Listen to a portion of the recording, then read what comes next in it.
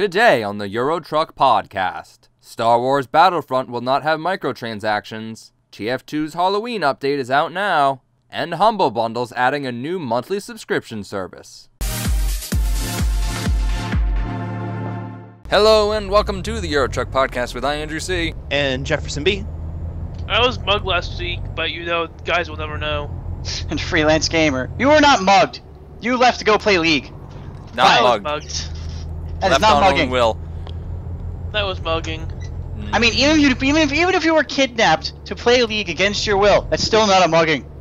Yeah, It's a they didn't kidnapping. take anything from you. That's kidnapping. But I'm not a kid, so it's a mugging.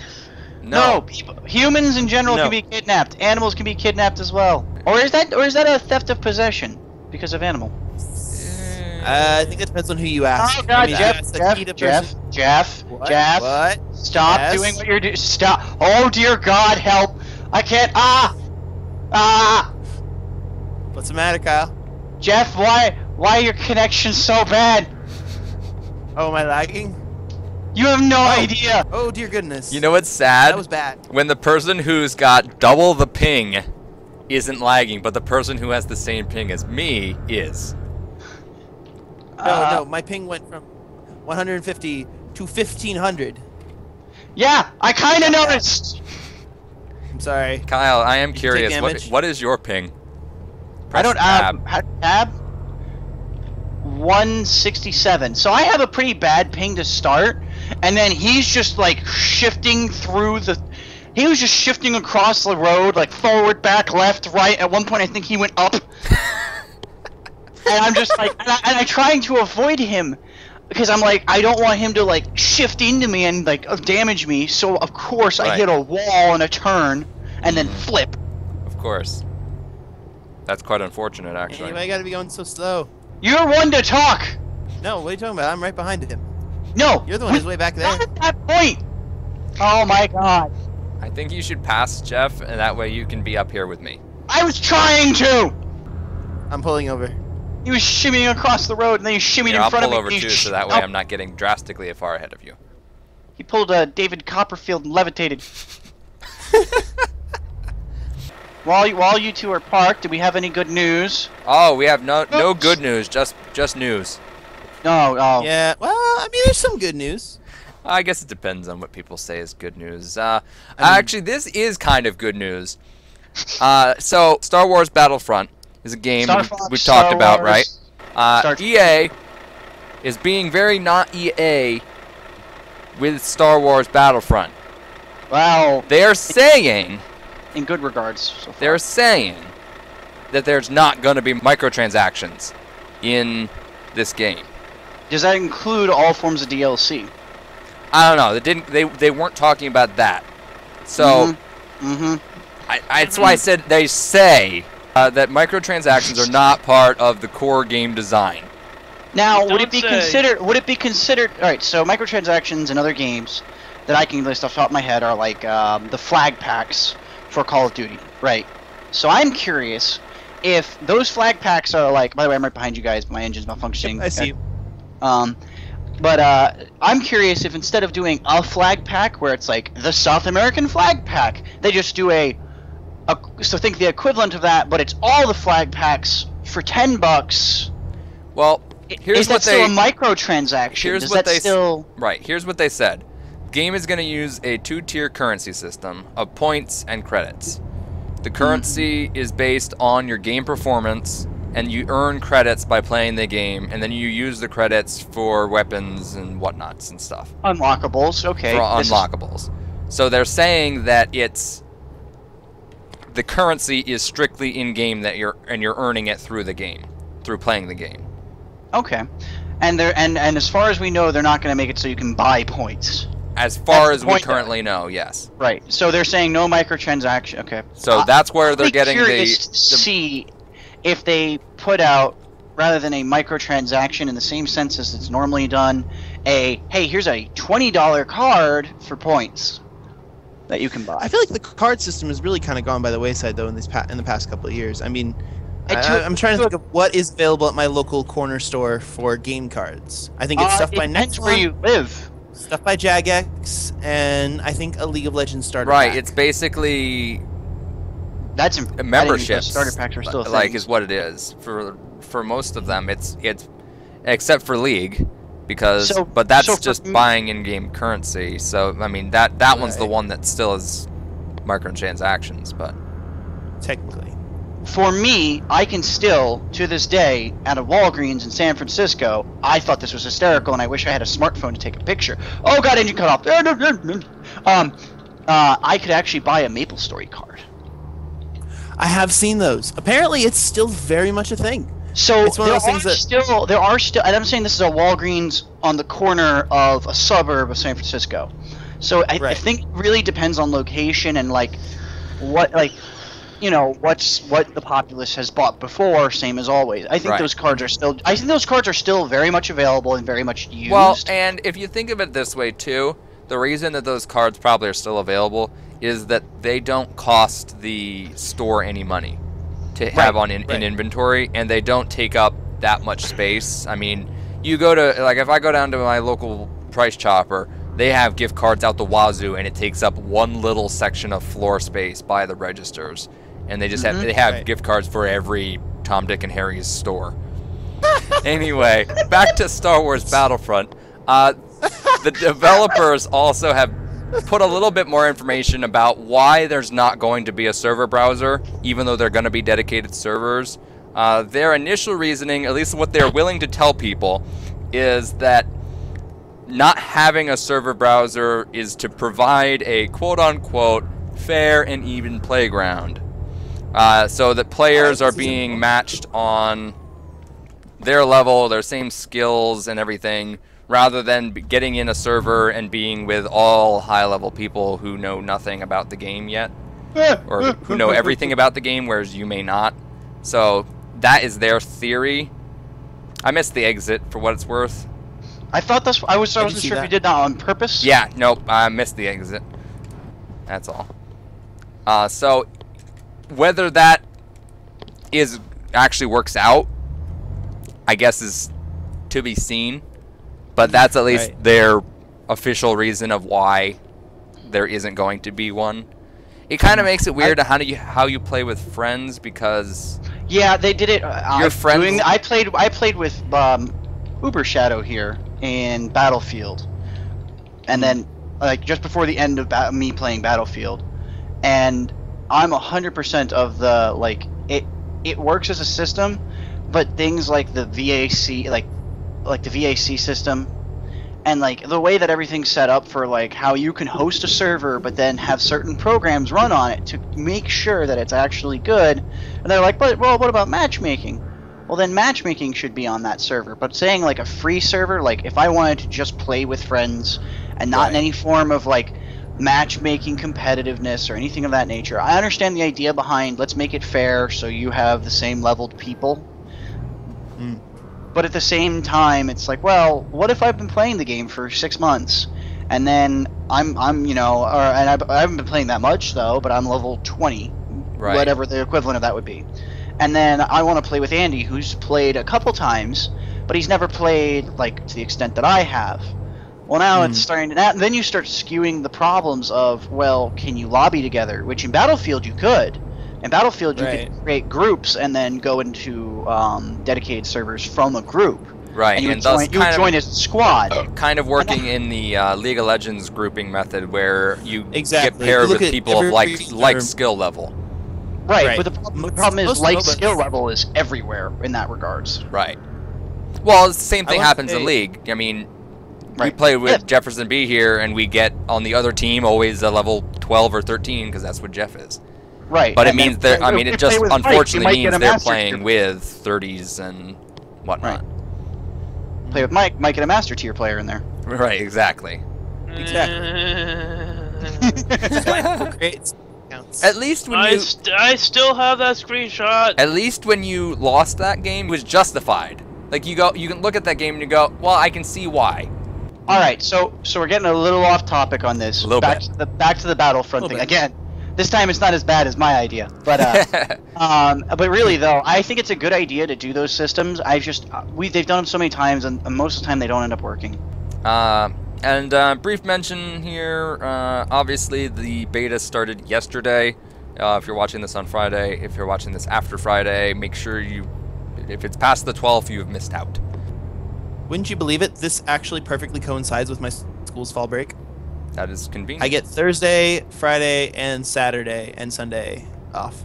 Oh, nice. So the system requirements were released today for this game, and they're not terrible. If you have anywhere from a slightly old to a newer machine, you'll be able to run the game in some state of settings.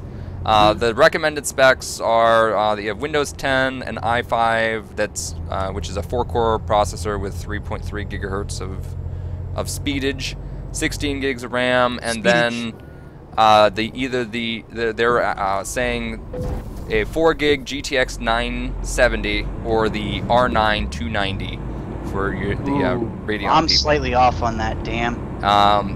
And then so that's recommended, so that's your top tier spec. Yeah, that's see. And then, I always find that weird that that's now recommended. Well, whatever. We're ignoring that. It's the way it goes. But the minimum specs that they list: Windows 7, an i3 processor, 8 gigs of RAM, and either the GTX 660 2 gigs or the HD 7850 2 gigs.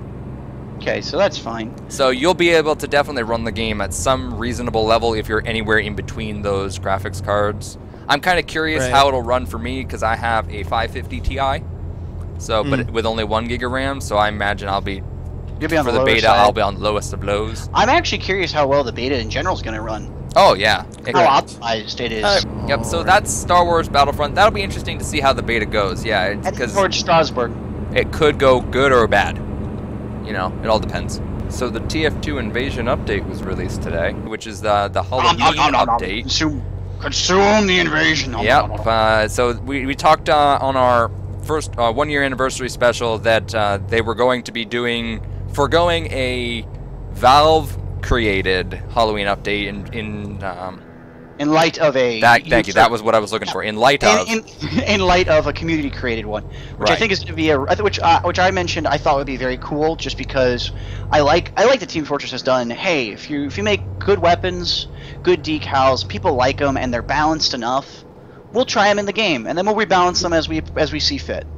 Right. And they've been doing the same thing for maps too. So it's good to see that they're continuing that idea, and I like that they're doing it with a Halloween update, because now it has a theme. Like, you really, the people that made all the weapons that already exist, by the way, and they're out there, whatever they are. I haven't seen them yet. There's one that looks like a. There's one that looks like a lightsaber bat. Aptly named the Bat Saber. No. That was our nickname. No, it literally is called the Bat Saber. It's called the Bat Saber. That's its name. Oh my god. Yeah. The new weapons, for just naming sake, is the Bat Saber, the Shooting Star, the Capper, and the Giger Counter. I think the Giger Counter is a reskin of the Geiger Counter. It's spelled Giger though, so it's spelled Giger. Okay. I think it's a Wrangler. Oh, okay. See, and but that's cool that they're even doing even doing the reskins based on a theme for once designs. So among all the weapons and whatnot, which some are reskins, some are not, or they could all be reskins for all I know. Who knows? But there's also some new maps. Watergate, which is definitely it's definitely not related at all to Nixon, but we're gonna call it the Nixon map. There's the new Two Fort map, which is a Halloween version, so it's the Halloween Two Fort or Two Fort Invasion, which is pretty cool because everyone loves Two Fort. That's the best map in the game, right there. No, of course. Yes, it is, Mike. Pipeline is the best map. No, Pipeline's the second best. But then you also have Probed and Buyer. I don't know what either of those are, but those are existing maps, but I haven't played on them for such a long time. Oh, really? I've never heard of them. But so those are things. Also, to be able to keep track of all of your progress in the Invasion update, you can buy an Invasion Pass, which you can redeem for an Invasion Community Update coin, which is $1.99. Let's see, it runs through the 5th of November, so that's you have plenty of time to get in on the Halloween stuffs. And there's a bunch of new cases filled with rare items like weapons and unusual effects and whatnot. So it's definitely a high quality update in theory. Lots of cosmetics and whatnot. And it'd be nice to, as Freelance said, to have a nice community update for once. At least be a huge community update, as it were. So, and let's see, our last topic here is the new Humble monthly subscription. This is kind of an interesting news topic. Just as a personal fan of the Humble bundle, as my engine cuts out. Oh, I ran into it. Because I like the idea of buying games cheap, but I'm not sure. Just to kind of give a little bit of explanation of this, it's $12 a month for your own Humble bundle, and 5% of that goes to charity, as with a lot of the Humble bundles. But yeah, they're just dropping bundles on people at $12 a month. So I mean, that's a gross amount of games every month. When I look at something like this, I look at whether or not I could actually play all of these games. I mean, granted, a lot of them are small, but that's some pretty hardcore indie gaming if you really want to break it down. Right. It's a lot. So of I mean, indie what are your thoughts as far as like whether or not it's actually worth it? It almost reminds me of like the idea of like is a Loot Crate subscription worth it? You know, after a while, it's like I only have so much shelf space. Right.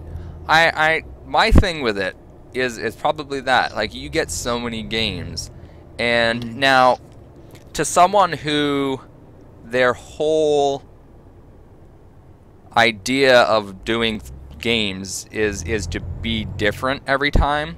You know, like they always want to play something new and different, something they haven't played before, even if it's not good.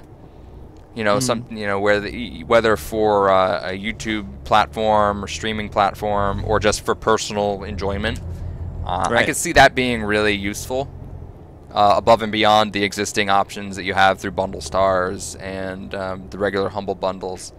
But at the same time, as a more casual gamer like myself, I don't want to play a lot of the games that are on Humble Bundle sometimes. So there's very, you know, the number of bundles that they have, oftentimes I'm like, I don't really care about any of those games. I'm not interested in them. And so I personally, I wouldn't do it just because I probably wouldn't care for the games as much.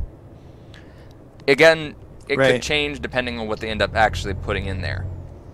You know, they could end up having some really good bundles that you can only get through the subscription. That would be the interesting thing to me is will there be some sort of benefit in the subscription service that I will not get if I don't do the subscription service? Like what's the thing that's pulling me to spend $12 a month on indie games? I mean, when I'm talking about like major titles here, sometimes they might be major titles, but I mean, my experience with the Humble Bundle, it's not always titles. Any of their AAA stuff has always been like a couple of years old. Like I got the Square Enix bundle not too long ago, and that came with like Deus Ex: Human Revolution, which is a great game, but it's several years old. It's up there. Right, exactly. You know? Granted, at the same time, Battle for Nosgoth was part of that bundle, but I mean that's not something that I would necessarily call like a AAA title game. Like that's a nice little side project. I think in a lot of respects, it's got some great mechanics to it, but it's not your it's not your Star Wars Battlefronts. It's not your Call of Duties. We have yet to see any type of FPS bundle, which makes me sad because I am just a big fan of FPSs. I would love to see some sort of MMO bundle. I think that would be really interesting. Like, get people involved in new MMOs by like giving them a starter pack at like a fraction of the price. Right. Dude, I would pick up MapleStory again if somebody like gave me whatever MapleStory's in-house currency. I was gonna say MapleStory is free to play. But yeah, absolutely. But it's a microtransaction-based game, and there's a lot of exclusive items that you can get through that. And if somebody gave me in-game exclusive items because I bought them on a Humble bundle, heck yes, I'd do that. I would do Humble microtransactions, mainly because a Humble microtransaction, I know a portion of it's going to a good cause, and I know that what it's doing is giving me a good deal and helping me as a gamer be able to do more gaming. Because the less money I spend on a single game, the more I can spend it on like 2 or 3 games. So I think it definitely fits into the subscription space with all your boxes and whatnot. your boxes, your flicks, your TV shows. I'll wait and see how it pans out. Maybe we can revisit this topic in a couple of months, and yeah, maybe we'll do a check, after it's fully rolled out. I mean, the first you have until November 6th to subscribe before you get the first bundle, so you have some time to think about it. And I don't know if they'll in true subscription and box-in type fashion, I would imagine you don't know what you're getting until you get it. And I guess the other thought or question that I don't know that's been answered yet is, does everyone get the same bundle? Or I also wonder then, or does it vary based on the vary from person to person? If it was a curated bundle, which would be kind of interesting. I would love to have like either a computer or a person like pick for me cool games. But at the same time, like I kind of wonder if I could pick out like, can I just pick up the first bundle and then maybe like the fourth bundle? Like, can I buy individual bundles at $12? Like, that's something I'm more okay with. I like the after you know what the bundle is going to be. I think that's probably the biggest problem, is whether you're willing to spend $12 on what is essentially becomes a mystery. Yeah. So it's a disposable income thing, and I'm excited for it, but at the same time I'm also cautious of it. And we'll see what happens. It'll be definitely something to keep an eye on. Indeed, definitely is. Jeff, you want to close us out here? Sure. And on that bombshell of humble indie bundle games, it is time to end. And we want to thank you all so very much for watching this episode of the Euro Truck Podcast with me, Jefferson B. And I, Andrew C. And I was mugged, and I'm not apparently. I don't know. Hey, bye. He's back. Freelance returned for just that little bit, but yeah, if you like this video, be sure to hit that like button down below, and if you really like us, be sure to hit that subscribe button for new videos coming to your inbox every single day of this week. And once again, thank you all so very much for watching. We will see you in the next one.